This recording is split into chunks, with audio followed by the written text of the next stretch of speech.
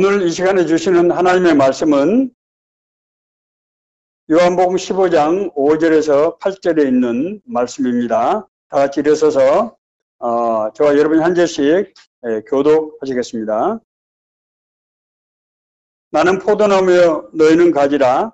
그가 내 안에 내가 그 안에 거하면 사람이 열매를 많이 맺나니 나를 떠나서는 너희가 아무것도 할 수 없음이라. 사람이 내 안에 거하지 않으면 서로 관계에 고립되어 사람들이 그것을 모아다가 그래서 사는 것이라. 너희가 내 안에 거하고 내 말이 너희 안에 거하면 무엇이든지 원하는 대로 구하라. 그리하면 이루리라. 너희가 열매를 많이 맺으면 내 아버지께서 영광을 받으실 것이요 너희는 내 제자가 되리라. 아멘. 오늘 요한복음 15장에 있는 본문은 예수님의 고별 설교라고 불리는 그런 말씀입니다. 앞선 13장에서 보면은 6월절 전에 예수께서 자기가 세상을 떠나 아버지께로 돌아가실 때가 이른 줄 아시고 세상에 있는 자기 사람들을 사랑하시되 끝까지 사랑하시니라 라고 기록되어 있습니다. 이어서 본문 뒤에 있는 16장 5절에서는 지금 내가 나를 보내신 이에게 가는데 너희 중에서 나더러 어디로 가는지가 묻는 자가 없고 도리어 내가 이 말을 함으로 너희 마음에 근심이 가득하도다 이렇게 말씀하고 있습니다. 예수님께서 주시는 마지막 강화는 예수님 자신의 뿐만 아니라 제자들에게 특별한 의미가 있는 그런 유언적인 말씀이라고 하실 수 있을 것입니다. 사실 당시 제자들은 예수님의 상황을 전혀 이해하지 못했습니다. 예수님께서 떠나신다는 말씀이 무슨 소리인지 이해할 수가 없었습니다. 예수께서 내가 너희를 위하여 거처를 예비하러 가노니 가서 너희를 위하여 거처를 예비하면 내가 다시 와서 너희를 내게 영접하여 나 있는 곳에 너희도 있게 하리라. 이 말이 도대체 무슨 말인지 무드로 올라가고 또 내려와서 우리를 다시 부르신다는 말씀이 이게 무슨 소리인지. 그래서 도마가 이르되 주여 주께서 어디로 가시는지 우리가 알지 못하거늘 그 길을 어찌 알겠사옵나이까. 여러분 잘 아시는 대로 도마는 굉장히 이성적인 사람이에요. 의심 많은 도마라고 그래서 배웠는데 그것도 틀린 말씀은 아니겠습니다만은 이성적인 그런 판단을 하는 사람이라고 봐야 되겠죠. 사람이 하늘로 갔다가 다시 돌아온다는 얘기가 무슨 뜻인지 이해할 수가 없었던 것입니다. 왜냐하면 그런 일이 없었기 때문입니다. 뿐만 아니라 예수님의 십자가 앞에서 제자들은 서로 자리 다툼을 하고 있을 정도였습니다. 그들 사이에서 누가 크냐 하는 다툼이 일어난지라 이렇게 기록하고 있습니다. 기가 막힌 얘기죠. 이어서 예수님께서는 베드로가 자기를 3번이나 부인할 것을 예고하셨습니다. 베드로가 어떤 사람입니까? 제자들 중에서 가장 마철이고 정말 일테면 대장적인 그런 사람 아닙니까? 그러므로 예수님께서는 자신이 세상을 떠나기 전에 제자들에게 어떻게 하면은 자기 유업을 이어받아서 제자로서 삶을 살 수 있을 것인가 하는 생각을, 그런 고민을 아마 하셨을 거예요. 오늘 이 열매 맺는 삶의 강화는 바로 그런 동기에서 주신 말씀이다 라는 것을 우리가 먼저 이해하는 것이 매우 중요하다는 그런 말씀입니다. 자, 우선 그러면은 열매란 무엇인가 하는 것부터 우리가 생각을 해봐야 할 것입니다. 마태복음 7장 16절에서 18절은 그들이 열매로 그들을 알지니 가시나무에서 포도를 또는 엉겅퀴에서 무화과를 따겠느냐. 이와 같이 좋은 나무마다 아름다운 열매를 맺고 못된 나무가 나쁜 열매를 맺나니 좋은 나무가 나쁜 열매를 맺을 수 없고 못된 나무가 아름다운 열매를 맺을 수 없느니라. 이 열매라고 하는 것이 일반적인 그냥 성과다, 뭐 이런 의미가 아니라고 하는 것을 우리가 짐작할 수 있습니다. 이 말씀에서 볼 때 예수님께서 말씀하신 이 열매라고 하는 것은 자신의 삶을 통해서 이루어지는 어떤 결과물, 다시 말씀드리면은 사람의 어떤 존재가 삶으로 나타나는 것을 의미한다. 그런 뜻으로 우리가 이 해석을 해야 될 것 같습니다. 그래서 오늘 본문 내용은 열매 맺는 삶이 어떻게 해야 되느냐 하는 열매 맺는 삶의 조건에 대해서 말씀을 하고 있습니다. 자, 첫 번째, 우리가 기억해야 될 것은 청함을 받는 사람은 많지만은 택함 받은 사람은 많지 않다고 성경은 가르치고 있습니다. 예수께서 제자와의 관계에 있어서 자신은 포도나무고, 그렇죠? 제자들은 뭐에 비유하고 있습니까? 포도나무의 가지에 비유하고 있죠. 그리고 하나님은 포도나무를 기르는 농부에 비유하고 있습니다. 먼저 포도나무를 기르는 목적이 무엇이겠습니까? 그것은 포도, 열매를 맺기 위한 것이죠. 물은 내게 붙어 있어 열매를 맺지 못하는 나무는 그것을 제거해 버리시고, 물론 열매를 맺는 가지는 더 열매를 맺게 하려 그것을 깨끗하게 하시느니라. 15장 2절에는 말씀입니다. 저는 이 말씀을 읽을 때마다 솔직히 말씀드리면은 마음이 편치가 않습니다. 저도 뭐 사실 내 나름대로 하나님 나라 일을 해온다고 했는데 내가 생각하는 열매가 진짜 열매인가 라는 것을 생각해 볼 때 자꾸 자신이 없어지는 거예요. 아니, 열매를 맺지 못하는 가지는 그 다음에 그냥 생각도 하기 싫은 겁니다. 네. 예수님께서 제자들을 택하신 것은 하나님의 나라를 일을 이루기 위한 것이었어요. 이것을 우리가 잘 생각해야 됩니다. 예수님께서 제자들을 부르실 때 마태복음 4장 19절에 날 따라오너라 내가 너희로 사람을 낚는 어부가 되게 하리라. 이 사람들은 원래 어떤 사람이었습니까? 고기를 낚는 어부들이었어요. 예수님께서 고기를 더 잘 잡게 하기 위해서 날 따라오라고 한 것이 아닙니다. 사람을 낚는 어부가 되게 하겠다는 거예요. 자, 이 말씀을 우리가 분명히 이해를 해야 열매에 대한 뜻을 우리가 해석할 수 있게 된다고 하는 것입니다. 예수님께서 우리를 부르신 이유는 하나님 나라 일이 열매를 맺기 위한 거예요. 그렇기 때문에 열매를 맺지 못하는 가지는 양분만 먹고 그냥 입만 무성해지기 때문에 제거해서 열매를 맺어야 될 가지가 더 열매를 튼실하게 맺을 수 있도록 그렇게 하신다고 하는 거예요. 저는 참 아픈 기억이 있습니다. 제가 1993년도 10월 달에 최봉호 BBB 직장인 성경공부 선교회를 창설한 최봉호 형제를 제가 만나게 되었습니다. 형제를 만나서 새벽마다 3개월 동안 제가 성경 공부를 배웠어요. 그 당시에 제가 이제 국무총리실에 경제기획을 있다 국무총리실에 가서 과장 승진해가지고 한참 잘 나가던 시절이 있습니다. 과장 되니까 너무 기분이 좋은 거 있죠? 예. 그런데 제가 사무관 시절에 해외 유학에 가려고 하다가 그 계획이 차질이 생겨서 늘 사실 유학에 대한 콤플렉스가 사실 솔직히 말씀드리면 있었어요.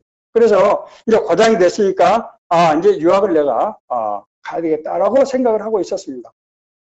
아니 형제님이 저하고 3개월 동안 공부를 하더니 공부를 이제 내일부터 그만하자고 그러시는 거예요. 나 깜짝 놀랐습니다. 그래서 왜 그러시냐고. 그랬더니 형제님이 이 사역에 헌신할 준비가 안 되는 것 같다. 이 귀신 같은 양반이 날 깨뜨려 보고 그렇게 말씀하시는 거예요. 제가 그 얘기를 듣고 충격을 받았습니다.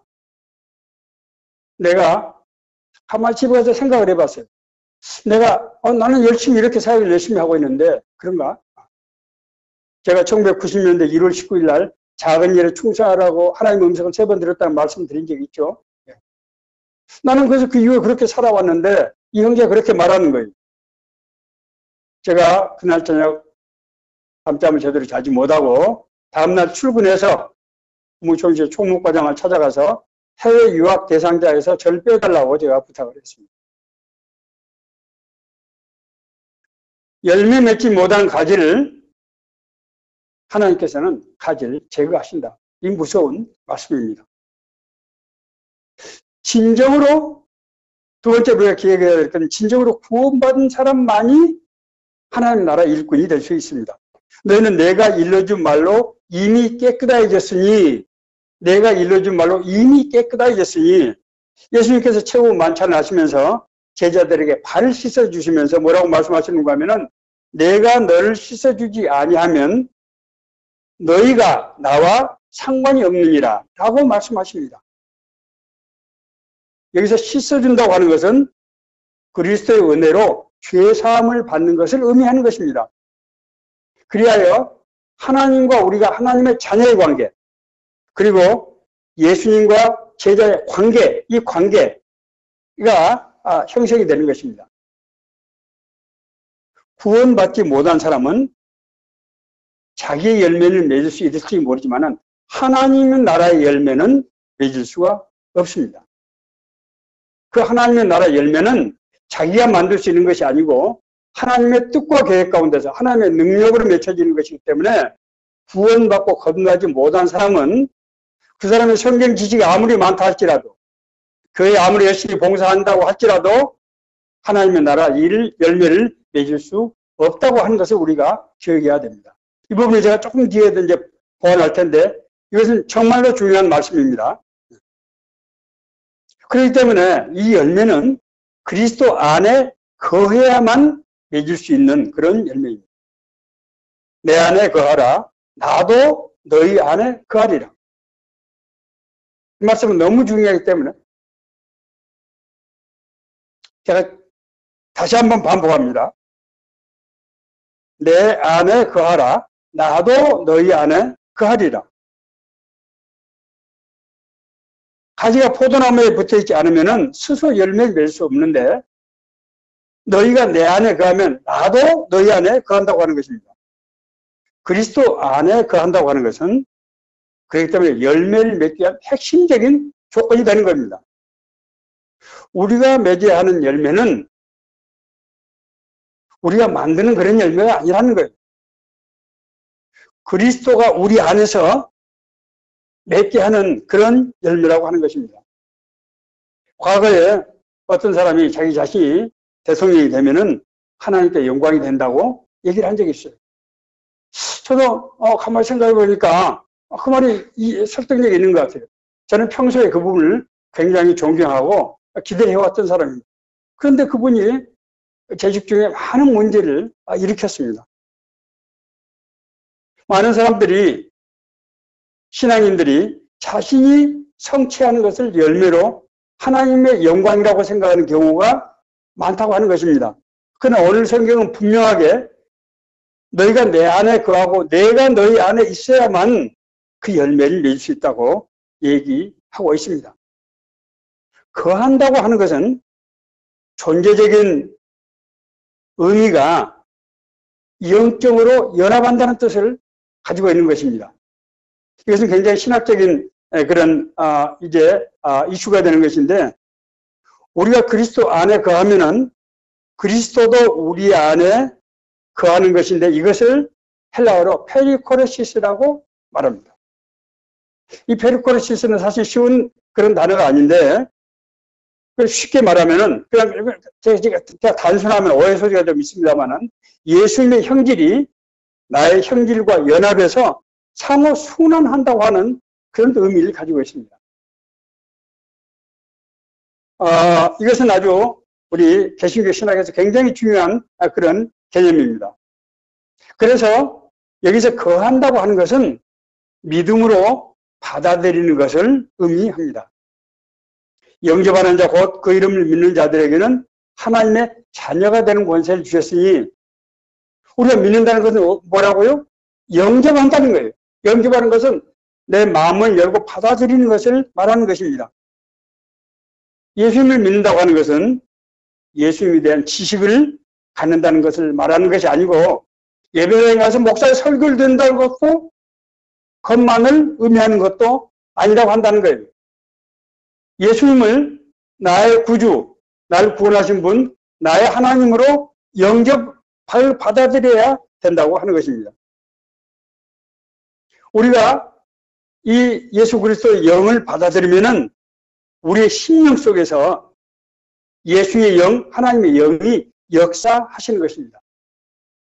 그래서 우리 존재 자체가 예수의 영, 하나님의 영으로 변화되는데 이것을 그래서 거듭남이라고 말합니다. 제가 늘 강조하는 말씀입니다만은 거듭남이라고 하는 것은 개과천선했던 얘기가 그런 얘기가 아닙니다. 우리가 sanctification, 성화됐다고 하는 것은 우리가 착한 일을 한다는 뜻이 아니에요. 우리 존재 자체가 하나님의 영으로 바뀐 겁니다. 이것을 새로운 삶이라고 말하는 거예요.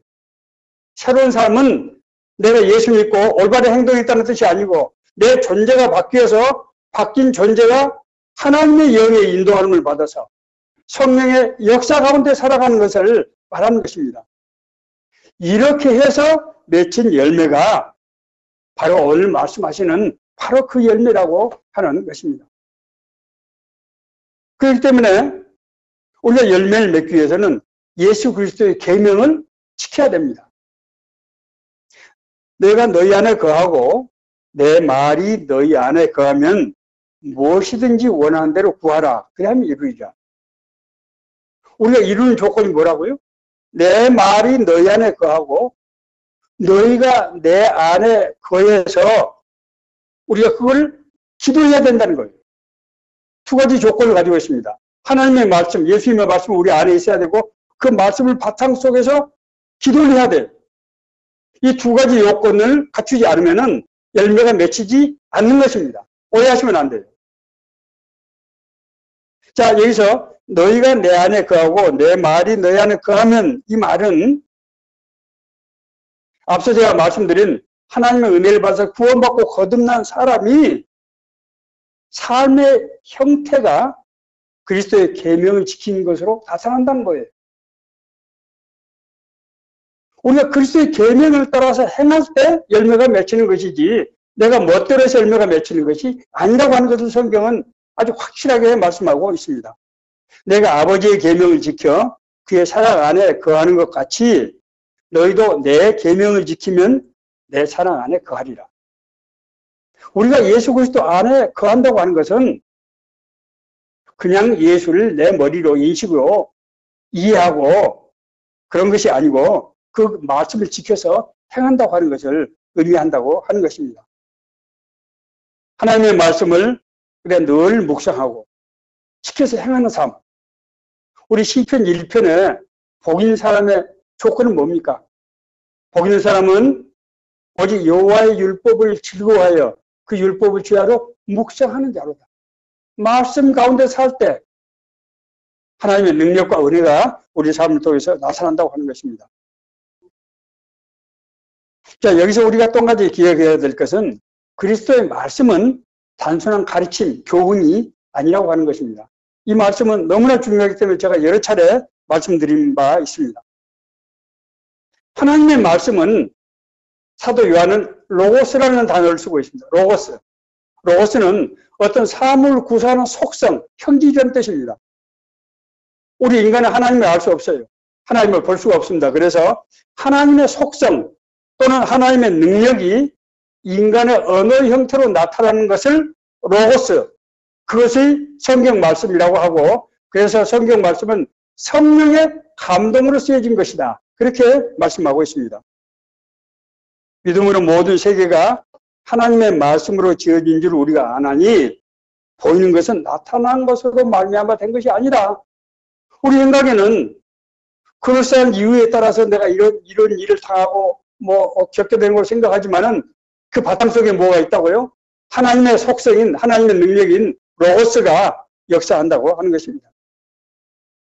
따라서 인간의 언어로 나타난 이 하나님의 말씀, 이 로고스를 우리가 묵상하고 지킬 때 하나님의 속성, 하나님의 능력이 나타난다고 하는 것입니다. 제가 설교 시간이 짧기 때문에 보통 강의 설교를 할 때 50분 합니다만 저는 저희 교회에서는 30분 설교를 하고 있는데 깊이 설명을 좀 드리기가 좀 어려운데 나중에 성경 공부할 때 이것은 워낙 중요한 부분이기 때문에 제가 몇 차례 더 깊이 있게 다루게 될 것입니다. 예수께서 그들의 믿음을 보시고 중풍병자에게 이르시되 작은 자야 안심하라 내 죄사함을 받았느니라. 예수님께서 중풍병자에게 네가 내 말 들으면은 죄가 용서받는다고 가르친 게 아닙니다. 예수님께서 명하신 거예요. 이 사람은 예수님이 어떤 사람인지도 모르고 더구나 신학에 대해서 전혀 알지 못하는 사람이에요. 하나님의 말씀에 대해서 알지 못하는 사람입니다. 이 말씀은 예수님께서 하셨던 말씀은 하나님의 능력이라는 거예요. 그래서 그 죄인이 이 말씀에 따라 실제로 죄 용서를 받고 그 죄 용서를 받은 결과로 이 사람의 육신의 질병이 낫게 돼서 그 자리를 들고 일어서서 살아가게 된 것입니다. 새로운 삶이 이루어진 거예요. 이것이 우리가 내 말이 너희 안에 거하고 기도를 하면은 네가 다 이루어진다, 열매가 맺히게 된다 하는 바로 그 말씀의 원리라고 하는 것을 우리가 기억해야 됩니다. 이 말씀의 능력은 예수님뿐만 아니라 예수님을 믿고 따르는 제자들에게 나타났습니다. 마가복음 6장에 보면은 예수님께서 제자들을 훈련시키실 때 두 사람씩 보내시면서 뭘 줘서 보냈습니까? 권능을 줘서 보냈어요. 권능을. 12제자를 부르사 둘씩 보내시며 더러운 귀신을 제어하는 권능을 주시고 제자들이 나가서 회개하라 전파하고 많은 귀신을 쫓아내며 많은 병자에게 기름을 발라 고치더라. 예수님께서 말씀하신 거예요. 예수님의 명을 받은 제자들이 가서 그렇게 했더니 실제로 귀신 쫓겨나고 병자들이 고침을 받아서 제자들이 깜짝 놀라서 예수님께 와서 보고하는 장면을 우리가 성경 말씀에서 볼 수 있습니다. 뿐만 아닙니다. 이 예수님께서 주신 말씀의 권능은 오순절 마가 다락방에서 열 동안 기도하던 120문도, 그래서 문도란 말은 예수님의 제자라는 뜻입니다. 120명의 제자들에게 나타났어요. 그들이 성령 하나님의 은혜를 받고 나서 방언을 하고 예루살렘 한복판에서 복음을 전했는데 그 말씀을 듣고 일시에 3,000명이 유대 아주 골수분 자들이 그 말씀을 듣고 집단을 회개하는 능력이 현상이 나타나는 거예요. 이 성령의 역사는 사도행전 2장 말씀 이후 오순절 성령 강림 사건 이후에 예수 그리스도를 주님으로 믿는 우리에게도 나타났습니다. 목사가 설교를 통해서 그 말씀을 믿고 듣는 사람에게 구원의 역사가 일어나고 질병이 치유받게 되고 회개하고 변화되는 그런 역사가 실제로 나타났다는 거예요. 그 사람의 말을 잘해서가 아닙니다. 설득력이 좋아서 되는 것이 아니라고요. 하나님의 능력이에요.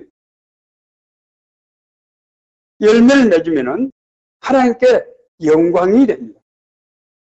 너희가 열매를 많이 맺으면 내 아버지께서 영광을 받으실 것이요 너희는 내 제자가 되리라. 아버지께서 영광을 받으신다고 하는 것은 하나님의 뜻이 이루어지는 것을 말합니다. 여기서 영광을 헬라어로는 독사라고 말하는데 이 영광이라는 말이 사실은 쉬운 말이 아닙니다만은 그냥 아주 단순화해서 말씀드리면은 하나님의 임재가 나타날 때 그것이 부수역으로 나타나는 현상이라고 설명할 수 있어요. 하나님의 임재, 하나님의 나라가 임할 때 나타나는 현상이라고. 그래서 제자들 통해서 나타난 이 능력, 이 열매는 하나님의 영광을 나타내는 것이라고 하는 것입니다. 하나님의 뜻과 계획이 그 제자들의 그 삶, 행동 속에서 나타났다 이런 뜻입니다. 우리가 복음을 전할 때 세상자가 영접해서 구원받고 병도 고치고 하는 것은 그 사람의 능력이 있어서 그런 것이 아닙니다. 그들이 우리가 설득한 말을 듣고 40, 50년 평생 살아오던 사람이 갑자기 하루아침에 교회를 나가는 것이 아니라는 거예요. 전도자가 전하는 그 복음 속에는 하나님의 능력, 하나님의 권능이 들어있어서 그 말을 받아들인 사람의 심령 속에 역사하게 되고, 그래서 그 사람이 심령이 바뀌면서 그 사람이 머리, 이 우리 지정이 생각이 바뀌어서 은혜를 받고 구원받게 되는 거예요. 자, 우리가 이것을 어떻게 알 수 있는가 하면은, 우리 하나님의 은혜를 교회에서 받을 때, 뭐 저도 그렇습니다. 저도 그런 은혜를 체험했어요. 교회에서 앉아있는데 그냥 눈물이 주체할 수 없이 나는 겁니다. 제가 뭐 슬픈 일이 생각나서 그런 게 아니에요. 내가 억울한 일이 있어서 그런 게 아닙니다. 눈물이 주체해서. 그래서 이 절제를 할 수 없이 나오는 거예요. 이것은 내 심령 안에서 일어난 현상이에요. 내 심령이 회개하고 하나님의 은혜를 받은 겁니다. 그것이 내 행동으로 그냥 나타난 거예요. 이것이 바로 하나님의 임재 현상입니다. 하나님의 은혜가 나에게 임한 거예요. 하나님의 은혜가 그 사람에게 임한 것입니다. 그래서 이런 현상이 나타나는 거예요.